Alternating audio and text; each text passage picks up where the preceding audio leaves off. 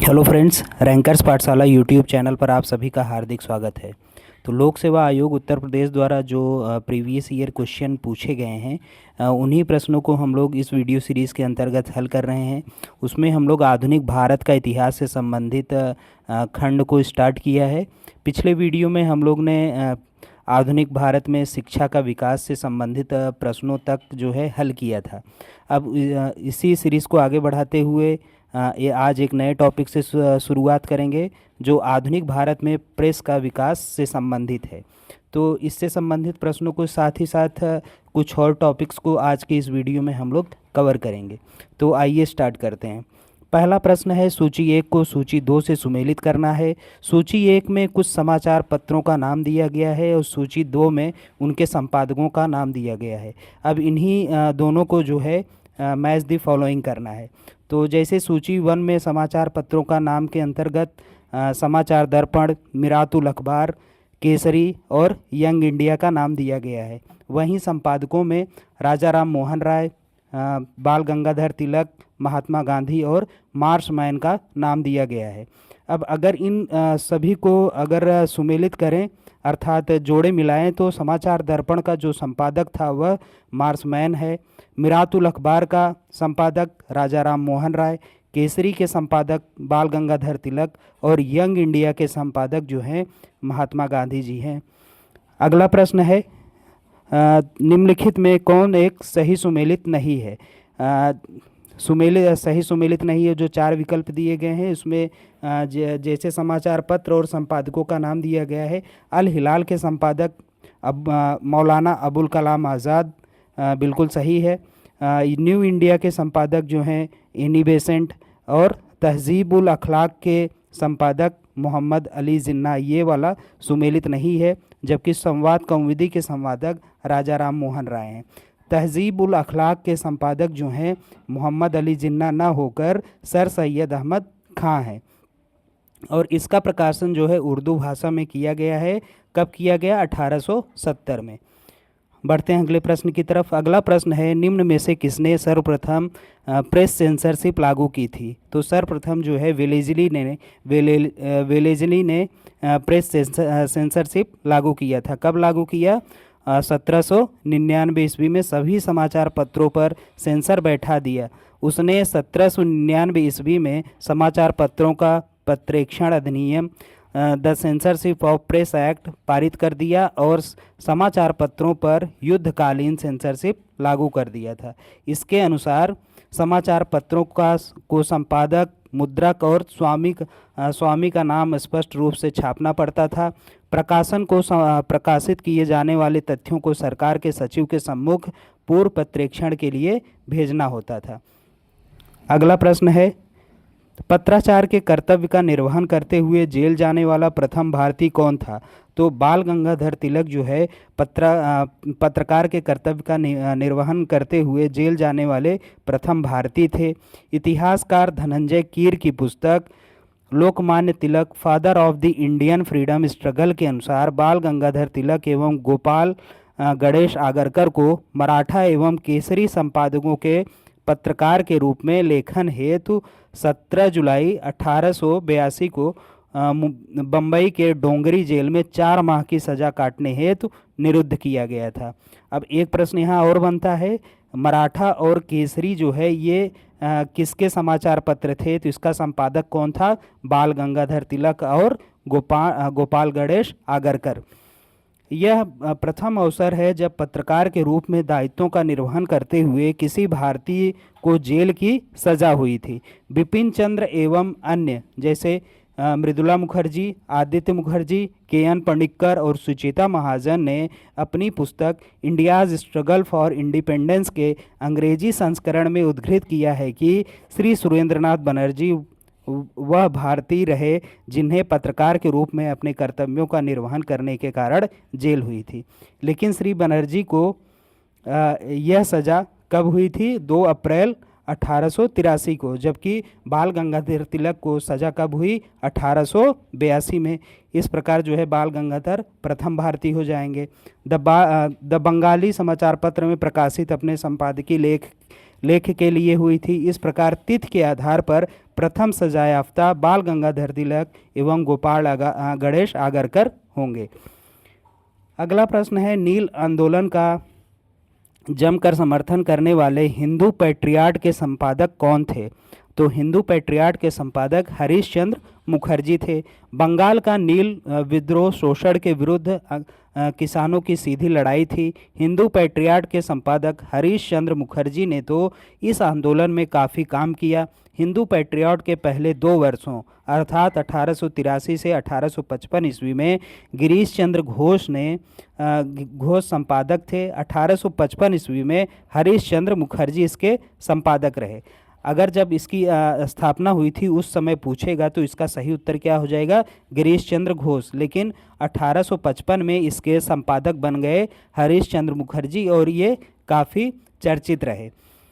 वह निर्भीकता से बागान मालिकों के अत्याचारों की पोल खोलने तथा सताए हुए किसानों की सहायता में लगे रहे। अगला जो टॉपिक है, सामाजिक एवं धार्मिक सुधार आंदोलनों से संबंधित प्रश्नों को हम लोग हल करेंगे। पहला प्रश्न है, निम्नांकित में वह कौन सा व्यक्ति था जिसने वर्ष 1931 में गुरुवायूर मंदिर में अछूतों के प्रवेश संबंधी प्रयाण का नेतृत्व किया था? तो इसका सही उत्तर जो है टी.एस. तिरुमाम्बू थे। गुरुवायूर सत्याग्रह का आरंभ कब किया गया? 1 नवंबर 1931 से और के कलप्पन द्वारा किया गया था। गुरुवायूर सत्याग्रह का आरंभ 1931 में किया गया और इसका नेतृत्व किसने किया? के केलप्पन ने। इसमें प्रसिद्ध कवि टी. सुब्रमण्यम तिरुमाम्बू द्वारा 16 स्वयंसेवकों के एक जत्थे का नेतृत्व किया गया था। इस आंदोलन के अन्य नेता ए.के. गोपालन, मनमथ पद्मनाभन और तथा एन.पी. दामोदरन थे। इस प्रकार कुछ तथ्य हैं, इन तथ्यों को आप जो हैं देख लें। ये सभी तथ्य जो हैं आपकी परीक्षा के लिए महत्वपूर्ण हैं। अगला प्रश्न है, कथन कारण से संबंधित है। कथन में दिया गया है, आर्य समाज आंदोलन ने हिंदुओं में आत्मविश्वास और आत्मनियंत्रण प्रदान किया। और कारण में दिया गया है, आर्य समाज आंदोलनों के ने श्वेत जाति की श्रेष्ठता में विश्वास की जड़ों को कमज़ोर किया। अब इसमें बताना है कौन सा विकल्प सही है। अब देखिए, दोनों कथन और कारण दोनों सही हैं, लेकिन कथन जो है कारण जो है कथन की सही व्याख्या नहीं करता। क्यों नहीं करता? आइए हम लोग व्याख्या में देखते हैं। आर्य समाज की स्थापना दयानंद सरस्वती, जिनका मूल नाम मूल शंकर था, के द्वारा अप्रैल 1875 में बम्बई में की गई थी। एक प्रश्न यहाँ से और बन जाएगा कि आर्य समाज की स्थापना किसके द्वारा की गई? तो दयानंद सरस्वती के। कब किया गया? 1875 में। और कहाँ पे इसकी स्थापना की गई? तो बम्बई। 3 प्रश्न हो गए इस प्रकार। इसका मुख्य उद्देश्य प्राचीन वैदिक धर्म की शुद्ध रूप से पुनः स्थापना करना तथा समाज को धार्मिक, सामाजिक व राजनीतिक रूप से एक सूत्र में बांधने का प्रयत्न करना भी था। इसके साथ साथ इसका ध्येय हिंदुओं में आत्मविश्वास एवं आत्मनिर्भरता प्रदान करना भी था। आर्य समाज में हिंदू श्रेष्ठता के सिद्धांत को स्वीकार एवं श्वेत जातीय श्रेष्ठता के सिद्धांत को नकारा गया। इस प्रकार देखें तो कथन एवं कारण दोनों सही है, लेकिन कारण जो है कथन की सही व्याख्या नहीं करता। तो अतः जो है विकल्प भी सही है। अगला प्रश्न है, निम्न महापुरुषों में कौन भारतीय जागृति का जनक कहलाता है? तो भारतीय जागृति का जनक जो है राजा राम मोहन राय जी को कहा जाता है। राजा राम मोहन राय को भारतीय पुनर्जागरण का पिता, भारतीय राष्ट्रवाद का पैगंबर, अतीत और भविष्य के मध्य सेतु, भारतीय राष्ट्रवाद का जनक, आधुनिक भारत का पिता तथा प्रथम आधुनिक पुरुष तथा युगदूत भी कहा जाता है। ये सभी जो हैं किन के लिए संबोधन होता है? राजा राम मोहन राय जी के लिए। अगला प्रश्न है, राम मोहन राय को राजा उपाधि किसने प्रदान की थी? तो राजा राम मोहन राय को राजा की उपाधि जो है अकबर द्वितीय ने प्रदान की थी। कब इनको प्रदान की? मुगल बादशाह अकबर द्वितीय ने राजा राम मोहन राय को राजा की उपाधि के साथ अपने दूत के रूप में 1830 ईस्वी में तत्कालीन ब्रिटिश साम्राज्य विलियम चतुर्थ के दरबार में भेजा था। राय को इंग्लैंड में सम्राट के मुगल बादशाह अकबर द्वितीय को मिलने वाली पेंशन की मात्रा बढ़ाने पर बातचीत करनी थी।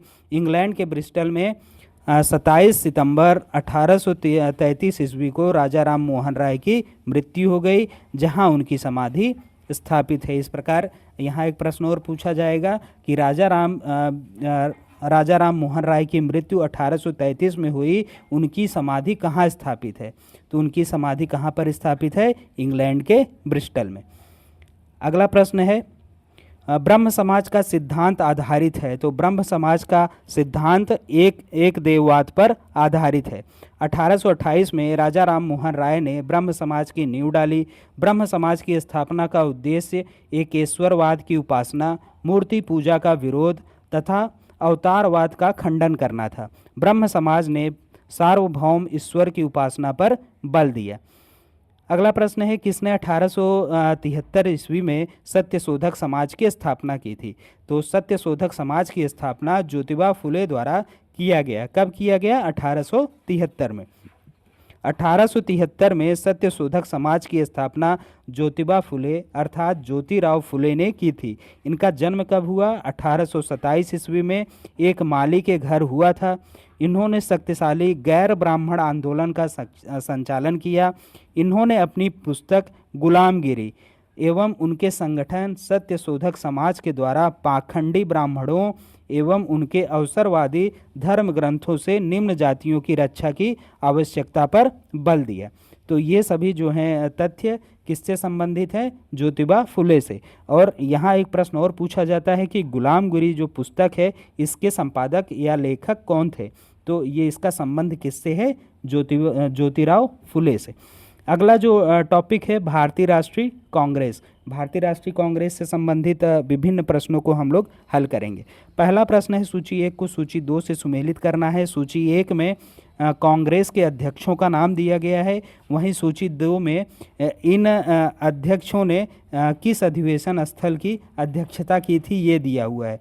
तो जैसे अध्यक्षों के नाम में डॉक्टर M.A. अंसारी, पुरुषोत्तम दास टंडन, सरोजनी नायडू और सुभाष चंद्र बोस का नाम दिया हुआ है। वहीं अधिवेशन स्थलों के में हरिपुरा, कानपुर, मद्रास और नासिक का नाम दिया गया है। अगर हम लोग इनको सुमेलित करें अर्थात जोड़े मिलाए, मैच द फॉलोइंग करें, तो डॉक्टर M.A. अंसारी जो है, इन्होंने मद्रास अधिवेशन की अध्यक्षता की थी। पुरुषोत्तम दास टंडन ने नासिक अधिवेशन की अध्यक्षता की। सरोजनी नायडू ने कानपुर अधिवेशन की अध्यक्षता की। वहीं अगर सुभाष चंद्र बोस की बात करें तो इन्होंने हरिपुरा अधिवेशन की अध्यक्षता की थी। अगला प्रश्न है, पूर्ण स्वराज की घोषणा भारतीय राष्ट्रीय कांग्रेस के किस अधिवेशन में हुई थी? तो लाहौर के अधिवेशन में हुई थी। कांग्रेस का ऐतिहासिक लाहौर अधिवेशन दिसंबर 1929 में हुआ, जिसकी अध्यक्षता किसने की थी? पंडित जवाहरलाल नेहरू ने। मोस्ट इम्पॉर्टेंट ये प्रश्न है, बहुत बार आपकी परीक्षा में पूछा गया है कि किस अधिवेशन में पूर्ण स्वराज की घोषणा की गई थी? तो लाहौर अधिवेशन में। और लाहौर अधिवेशन कब आयोजित किया गया? 1929 में। और इसकी अध्यक्षता किसने की थी? पंडित जवाहरलाल नेहरू ने। इसी अधिवेशन में पंडित जवाहरलाल नेहरू द्वारा पूर्ण स्वराज के लक्ष्य की घोषणा की गई थी। अगला प्रश्न है, भारतीय राष्ट्रीय कांग्रेस में सम्मिलित होने के लिए सुभाष चंद्र बोस को किसने प्रेरित किया था? तो भारतीय राष्ट्रीय कांग्रेस में सुभाष चंद्र को सम्मिलित करने के लिए चित्तरंजन दास और मोहनचंद करमदास गांधी जी ने प्रेरित किया था। महात्मा गांधी एवं चित्तरंजन दास ने भारतीय राष्ट्रीय कांग्रेस में सम्मिलित होने तथा नेतृत्व प्रदान करने के लिए सुभाष चंद्र बोस को प्रेरित किया था। गांधी तथा चित्तरंजन दास ने बोस के अंदर नेतृत्व प्रदान करने का गुण देखकर उन्हें कांग्रेस के कार्यों से जुड़ने का सुझाव दिया था। अगला प्रश्न है, भारतीय राष्ट्रीय कांग्रेस की प्रथम महिला अध्यक्ष कौन थी? तो भारतीय राष्ट्रीय कांग्रेस की प्रथम महिला अध्यक्ष एनी बेसेंट थी। अब यहाँ देखिए, जब पूछा जाएगा कि प्रथम महिला अध्यक्ष कौन थी, तो एनी बेसेंट। अगर ये प्रश्न पूछा जाए कि भारतीय राष्ट्रीय कांग्रेस की प्रथम भारतीय महिला अध्यक्ष कौन थी, तो उसका उत्तर सरोजनी नायडू हो जाएगा। तो यहाँ पर आप जब भी इस प्रकार का प्रश्न आए तो प्रश्नों को आप जरूर जो है बहुत ध्यान से पढ़ें, उसके बाद सही उत्तर का चयन करें। ब्रिटिश सम्राट विलियम चतुर्थ के दरबार में भेजा गया था। ये रिपीट हो गया है ये प्रश्न। ये पेज देख लेते हैं। अगले में देख लेते हैं, थोड़ा सा आप इंतज़ार कर लें। यहाँ पर है, कांग्रेस के 32वें अधिवेशन का आयोजन दिसंबर 1917 में कलकत्ता में हुआ था। इसमें एनी बेसेंट को कांग्रेस का प्रथम महिला अध्यक्ष चुना गया था। तो किस अधिवेशन में? 32वें अधिवेशन में। और इसका आयोजन कहाँ किया गया था? कलकत्ता में। और ये कब हुआ था? 1917 में।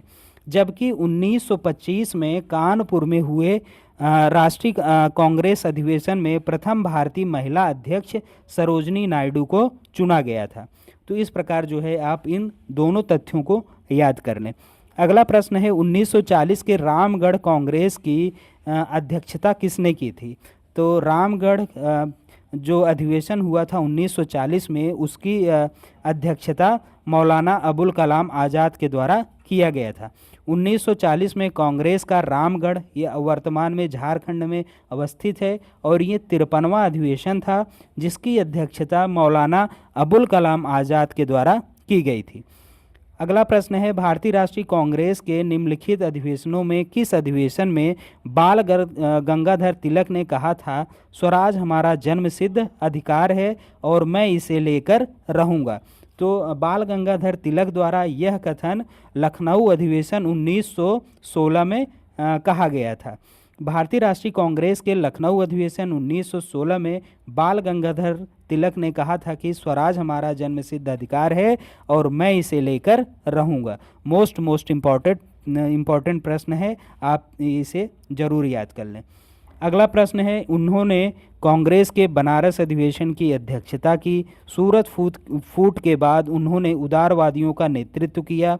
उन्होंने दक्षिण अफ्रीका पहुंचकर गांधी जी के साथ महत्वपूर्ण सेवा की। उन्होंने सर्वेंट्स ऑफ इंडिया सोसाइटी की स्थापना की। निम्नलिखित व्यक्तियों में जिस पर उपर्युक्त कथन चरितार्थ होते हैं वह है, तो यह कथन जो है गोपाल कृष्ण गोखले से संबंधित है। देख लेते हैं प्रश्न की व्याख्या। गोपाल कृष्ण गोखले ने कांग्रेस के बनारस अधिवेशन की अध्यक्षता की थी। सूरत फूट ये कब हुआ? 1907 ईस्वी में। के बाद उन्होंने उदारवादियों का नेतृत्व किया।